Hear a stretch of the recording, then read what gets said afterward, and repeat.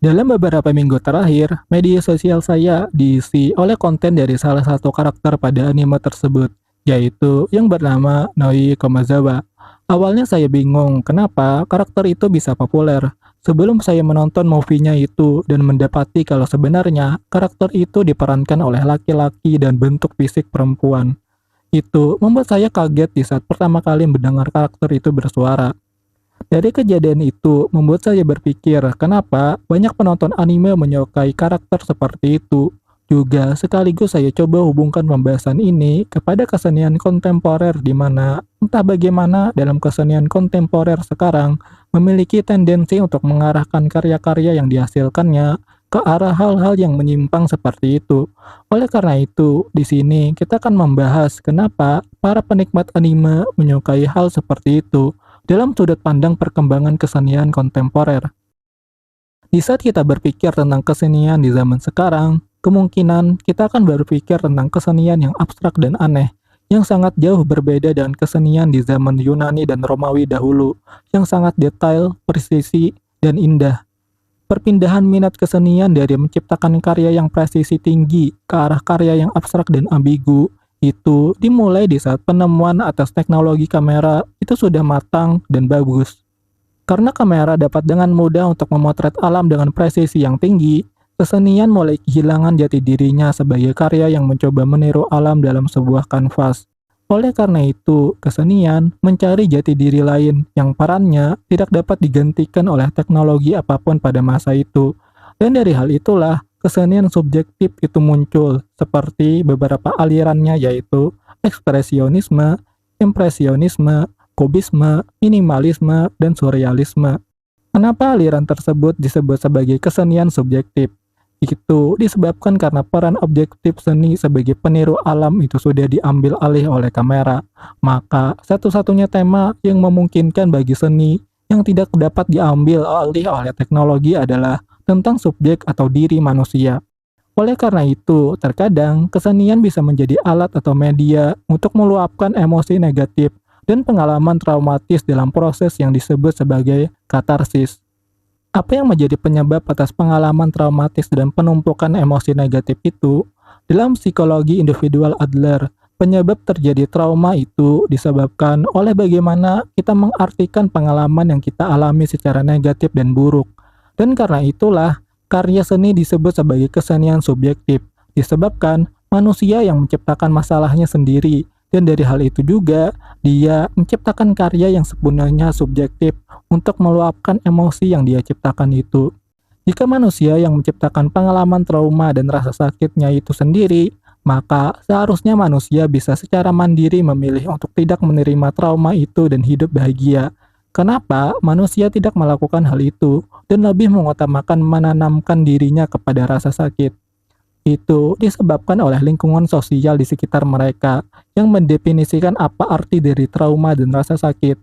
Mengikuti definisi dari sosial yang salah itu, pada akhirnya menciptakan rasa sakit atau dalam psikologi kognitif disebut sebagai disonansi kognitif, yaitu pertentangan batin di mana diri kita meyakini dua nilai yang saling bertentangan, namun kita menganggap keduanya itu adalah benar. Jika masalah individu ini diangkat pada komunitas yang lebih besar, anggap saja masyarakat dalam suatu kota atau wilayah tertentu, pastinya pandangan subjektif yang menciptakan emosi ini akan mempengaruhi paradigma masyarakat yang mengatur norma-norma sosial dan budaya berdasarkan tendensi mereka masing-masing. Menyadari akan setiap orang yang memegang nilai-nilainya tersendiri, pastinya akan mengubah jalur dari kesenian yang awalnya objektif dan selaras dengan alam, berubah menjadi menyesuaikan terhadap preferensi diri dan subjektif. Proses meninggalkan nilai-nilai universal dan menggantinya dengan nilai-nilai subjektif inilah akan menghasilkan sebuah karya seni yang lebih condong sebagai alat kritik dan penandasan diri pada salah satu ideologi dan pola pikir tertentu. Oleh karena itu, pada tahap ini, karya seni berubah haluan menjadi media penyampaian kritik atas budaya yang ada tanpa berkonfrontasi secara langsung atas budaya dan sosial yang dikritik. Ini mungkin mirip dengan konsep hukum cabul dalam terminologinya Slavoj Žižek, atau dengan konsep pengulangan dalam terminologinya Deleuze, yang menjelaskan kalau humor dan ironi dapat menjadi jalan keluar dari generalitas masyarakat. Dan dengan itu, sebuah keburukan mendapati pembenarannya dalam sebuah sistem pengulangan tersebut. Jika kita kembalikan pembahasan ini kepada masalah yang saya ajukan di awal, maka secara kesenian memang ada sebuah tendensi untuk memajukan atau mengekspresikan diri dalam bentuk-bentuk sikap penyimpangan seperti itu. Baik itu bagi seniman yang menciptakannya, juga audiens yang menikmati ciptaan itu.